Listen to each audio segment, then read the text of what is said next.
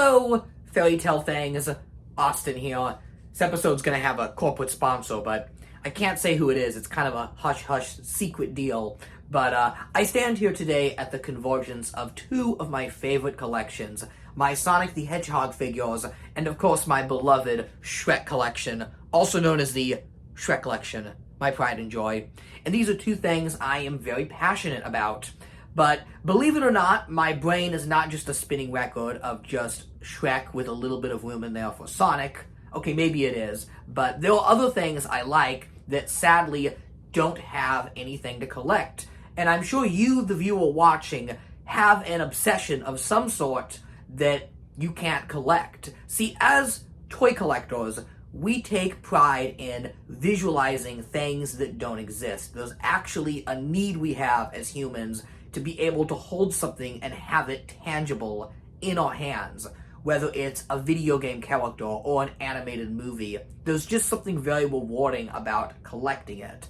That's why so many animated movies have not just action figure lines for kids, but nowadays we see more collector-oriented stuff. Stuff like pop vinyls and even some fancier figures from McFarlane. Toy collecting allows us to bring the escapism that movies, especially animated movies, offer us into real life, because these characters, as you can see, are often so esoteric and so unreal that having them in person and being able to hold them is very satisfying. So today I'm going to talk about some animated classics, and these are going to be all animated properties that I believe deserve toy lines. Whether it be a play line intended for a younger audience that we collectors can also enjoy, or simply from a collector-focused market. Each one I'll talk about what I think the better option of the two would be. And for some visual flair, since the things I'm talking about today don't exist at all, we're going to look at some of my DVD copies, and I'll kind of make my case on why I think these properties need toys, because not everything needs toys, right? We don't need a whole action figure line based off The Secret Life of Walter Mitty, my favorite movie ever. It's just not a toy movie.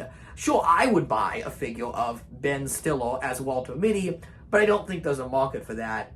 But there is something about animated movies, particularly, that I think makes them really appealing to collect. I mean, maybe I'm a bit biased, but I do like collecting my animated characters, so let's fantasize for a bit about animated toys that aren't.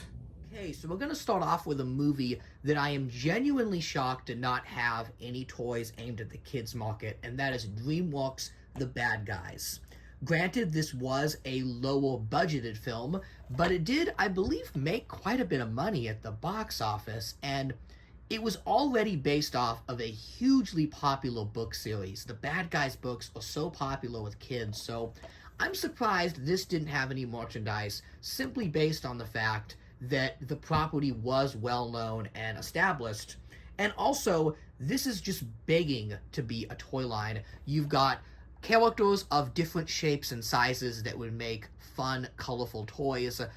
They are bad guys, so they kind of run from the cops. So you've got a cops and robbers mentality. And I did discuss on my History of Zootopia toys video that any movie that features cops and robbers would make for a good toy line. That's why Zootopia went all out with toys. Even a movie like Police Academy, which was not aimed at kids, had a Saturday morning cartoon and whole toy line because kids love cops and robbers. So this one genuinely surprised me.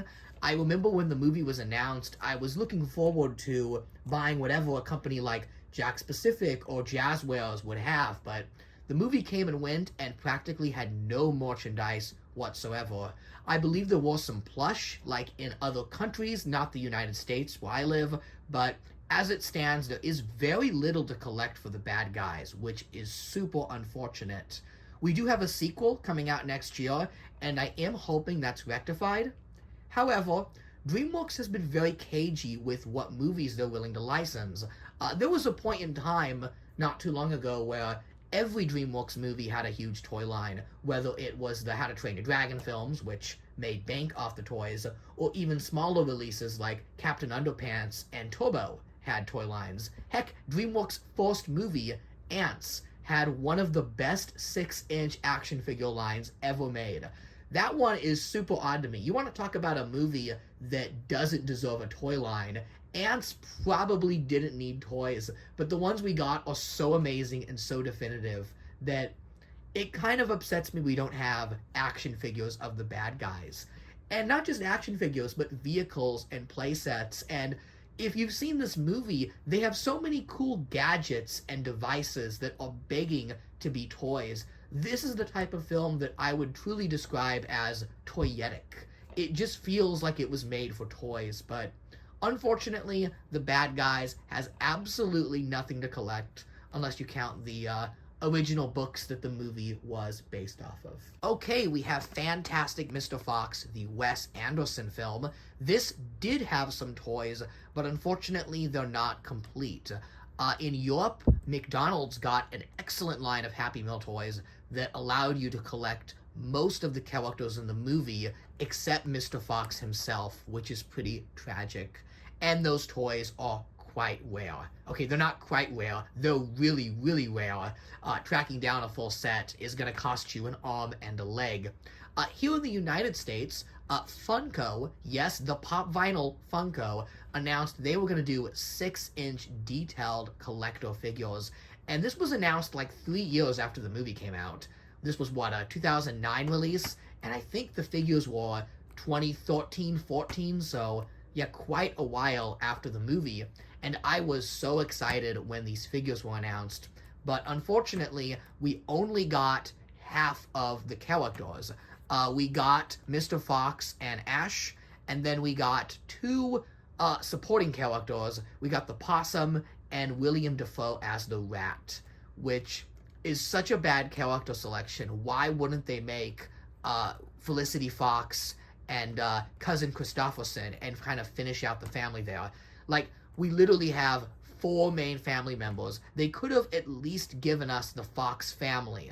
But nope, Funko decided to give us some weird side characters, and saying these toys released is really giving them too much credit. These figures barely came out. I believe they were available at Barnes & Noble's and maybe Borders bookstore, which those were closing up shop by the time these toys were releasing, so they barely had any distribution here in the US. I remember wanting to collect these when they came out, and I couldn't find them. I only ever ended up finding the Possum, and the figures actually aren't that good. I'll be honest, they're not fantastic. They feel brittle and cheap, and they definitely deserve a second go-around. I think a company could do a beautiful set of the Fox family. You don't have to do the Possum or even the William Dafoe Rat. Just do the 4 family members in a premium collector market. Heck, you could do like 12-inch dolls, almost replicas of the puppets, and they would sell. There's not a huge market for Wes Anderson toys, so I can't see this getting a proper toy line, but something aimed at the adult collecting market. Actually, come to think of it, you know who would be really good for this license would be Mondo. Mondo does Wes Anderson posters, but they also do really nice 12-inch dolls of DC characters and like animated stuff, and they could do fantastic Mr. Fox dolls. Priced premium, I would still buy them. That would be awesome. Okay, here is a cinematic classic, All Dogs Go to Heaven, one of my favorite classic animated movies. It's kind of dark and depressing, but you know what? That doesn't matter. People still love this film, so much so that it got a trilogy, and it even got a TV show. So this is a multimedia franchise, and it's surprising how little there is to collect, despite there being so much content to consume. Now, we did get some figures as a fast food promotion.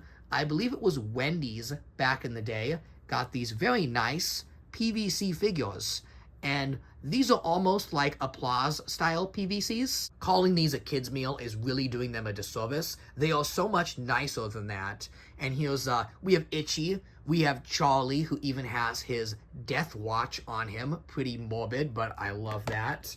And then you've got the singing alligator from the climax of the film. And you've even got Burt Reynolds' wife from the movie, who is barely in it, but I guess they wanted to flesh it out and add a female character. So why would I not consider these definitive toys?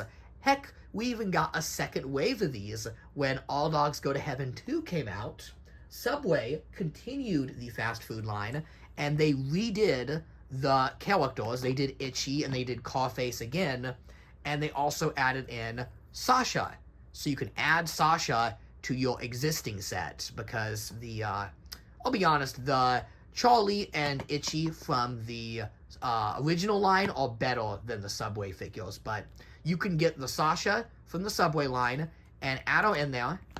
And I'm missing the humans, but they also made the humans. So you're thinking, Austin, what are you talking about? There is a set of All Dogs Go to Heaven figures you can collect. True, but we're missing a couple of big characters. Notably, we're missing the Whippet Angel, also known as Annabelle in the sequels, and she's always been a character I have really enjoyed. The lady that voices her in the first movie, I believe it's Melba Moore, an R&B singer. And then in the sequels, it was Bebe Neuwirth, who did an excellent job. And in the third film, she voices Belladonna, the Hellhound, who is like a classic icon in the furry community. So those are two characters that we would definitely love to see immortalized in PVC form. I mean, come on, there's got to be at least more than me and a couple furries that want these characters. But I think another one we're missing is Charlie in his heavenly robes with his halo from 2 and 3. And when I noticed those omissions, it kind of dawned on me that the All Dogs Go to Heaven figures make no reference to any of the, I guess you could say, religious themes in the movie. None of the characters are in their angelic robes. Obviously, we're missing the angel dog and the demon dog. We're even missing, Satan appears in the first movie, right? And then in the second one, there's another demon bad guy named Red, who I guess you could interpret as a version of the devil, depending on how you look at the movie. So clearly the licensors got some cold feet with the more religious characters, because as someone that is a diehard fan of these movies, I've noticed across all of the merchandise, whether it be the lunchbox or any of the extra stuff they made, that none of the angelic characters appear. And come to think of it, these DVD covers are like the only time we ever see Charlie and Itchy with their halos on. It's really odd to me that like none of the plush feature a halo. So I bet you that was a licensee decision. They probably got nervous that parents would throw a fit with religious and death imagery with these toys. But things have changed, and these movies are 30 years old now, almost 40 years old, and we need something for the adult collector market. I think our most likely option would be pop vinyls. I wouldn't be opposed to that. I would love to see a set of just like Charlie with the watch on, and then maybe you could do Annabelle from the first movie. Just something, because it's so crazy to me that the last time we got figures of All Dogs Go to Heaven was that second one, that second set for the second film. But let me know what you think. Did you watch these movies growing up? Did they give you any nightmares? Because I only discovered these as an adult, and I love how dark and depressing these movies are. I think they are fantastic. They make for a good companion piece to Puss in Boots' Last Wish, my favorite movie ever made. Another dark, depressing, dreary movie about death, but I just love it when you see heavy-handed topics like that with cartoon animals. I don't know, there's just something about it. The juxtaposition makes it a fun watch. Okay, continuing on with another classic, Chip and Dale Rescue Rangers. Okay, so what's the deal with this one? You're saying, Austin, there is so much Chip and Dale crap out there, you could collect it for a lifetime. And that is true, there is a lot, but there's not that much merchandise specific to the show. And if you've ever seen the Chip and Dale Rescue Rangers movie, not the original TV movie, but the Disney Plus one that's meta about the actual show, aka one of the worst movies I've ever seen, I'm always bothered by a scene in that movie where it's revealed that the detective that Chip and Dale are working with has a huge collection of Rescue Rangers merch, and it's all merchandise that was never released. It's like, in that movie, Chip and Dale is some sort of Woody's Roundup type of thing, where the show was a huge phenomenon when it was popular, but it was never merchandise, not nearly as much as the other Disney afternoon shows. And let me tell you what I mean by that. Look at Darkwing Duck. Darkwing Duck had a full action figure line by Playmates Toys. Tailspin had a really impressive action figure line by Playmates Toys that actually allowed you to collect the entire family, including both girls, which is very rare for a 90s line. And then you have Rescue Rangers, and Rescue Rangers did not have a traditional action figure line. It had some PVC figures and dolls from Applause that are pretty rare, actually, but they never made the full Rescue Rangers team and the Screaming Eagle ship in figure form. Now, years later, a bunch of companies would attempt to do this. Most successfully was probably Funko, who gave us some really amazing figures, including this uber rare Gadget. This figure, I believe, was released mostly in Canada. She did show up at some stores in the United States, but this is a, like, god tier level rare figure. It's, I will be frank, I spent too much money on this, but it was tax return season, and I wanted to buy myself a treat. Yeah, this is a tough figure to find. Definitely deserves a re-release. But unfortunately, not even they were able to complete the Rescue Rangers, as Monterey Jack was canceled. And we never got the Screaming Eagle ship. Even with Funko's own Pop Vinyl line, we did not get Gadget. We just got Monterey Jack, and then I believe Chip and Dale. So why these companies can't just focus on getting the team out in one wave drives me crazy. It feels like we get so close, and then the line just gets cut off. So at the time of this video, there has never been a complete set of Rescue Rangers action figures with the Screaming Eagle ship. It's very unfortunate. But, yeah. Okay, next. Here we go. One of my favorite cult classic animated movies, Rock and Rule. A film that almost didn't release. The work print, I believe, was destroyed in a fire. So the movie's partially lost, and what we have is just kind of a fan recreation that was officially released. So this movie's always been in a bit of a tricky licensing situation, and I think that's why there hasn't been merchandise. I believe it's by United Artists, who's owned by, I think, MGM now, if I'm not mistaken. But there has never been any merchandise for Rock and Rule other than a single comic book, which I did cover earlier on the channel.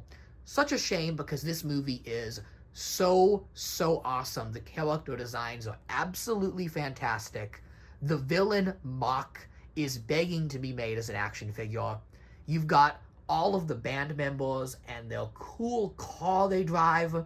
And what especially makes this, like, toyetic is that it was animated by Nelvana, the same studio that created the Star Wars animated television series, Droids and Ewoks, and those did get figures. So, Rock and Rule style action figures in the style of Kenner Star Wars would really push a lot of nostalgia buttons for Gen Xers, even some who didn't grow up with the movie, because the character designs have such a Star Wars feel to them.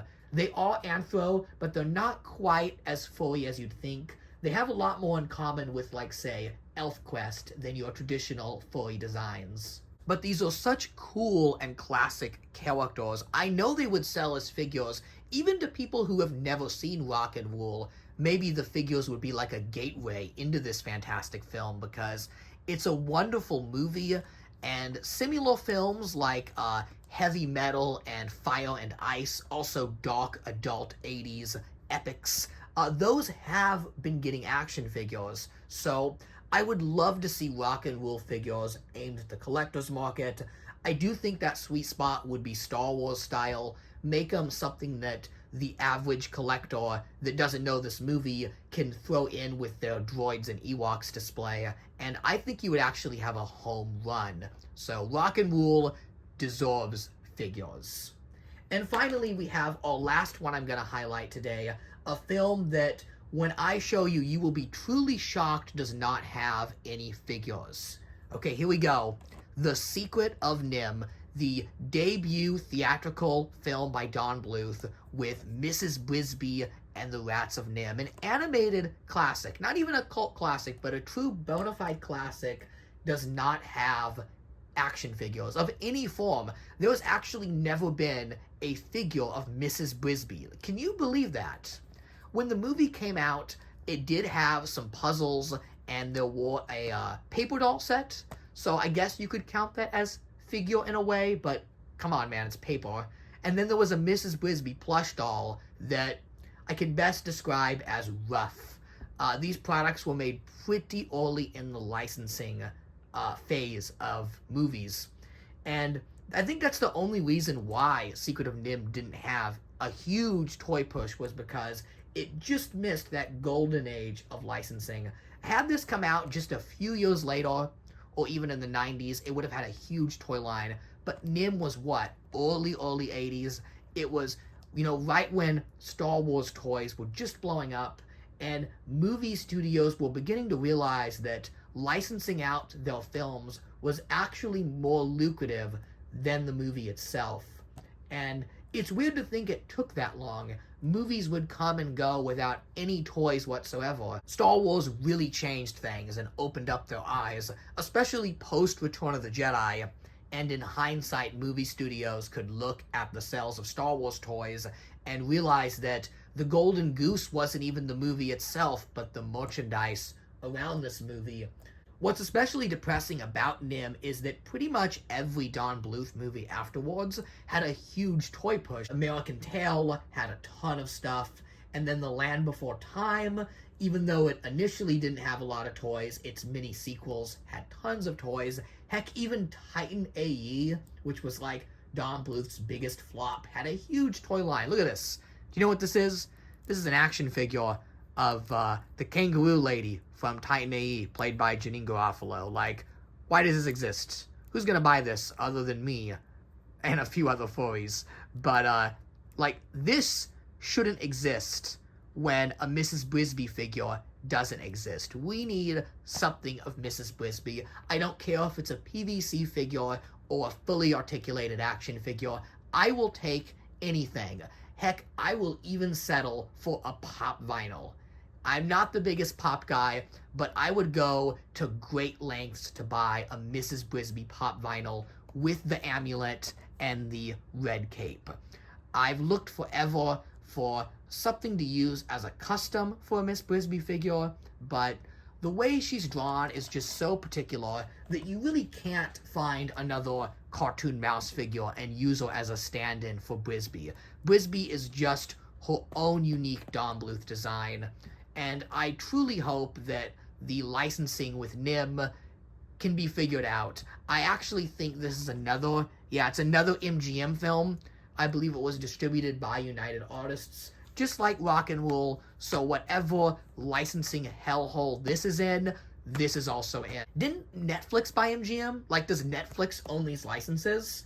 Does Netflix also own All Dogs? Like, truth be told, it's crazy how many of these movies I've talked about today are just tied up in the wrong licenses. Like, MGM, obviously, with these, and then Disney with the latter, being that Disney simply has too much to market that they're not going to focus on more obscure stuff like this. So those were just some movies that I feel deserve toys, whether it be collector-focused or kid-focused line that us collectors can enjoy.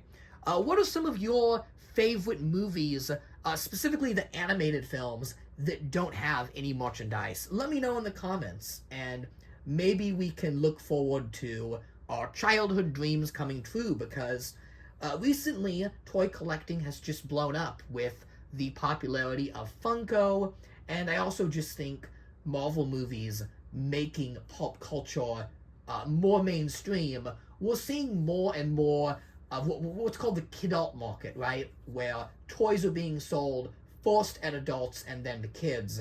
And we're seeing a lot more collector-focused stuff. So it actually is a good time to be a collector. And maybe within just a year or two of this video being made, we will see some toys, some merchandise of these films. Until next time, that's all I have to say. Thanks for watching and have a happily ever after.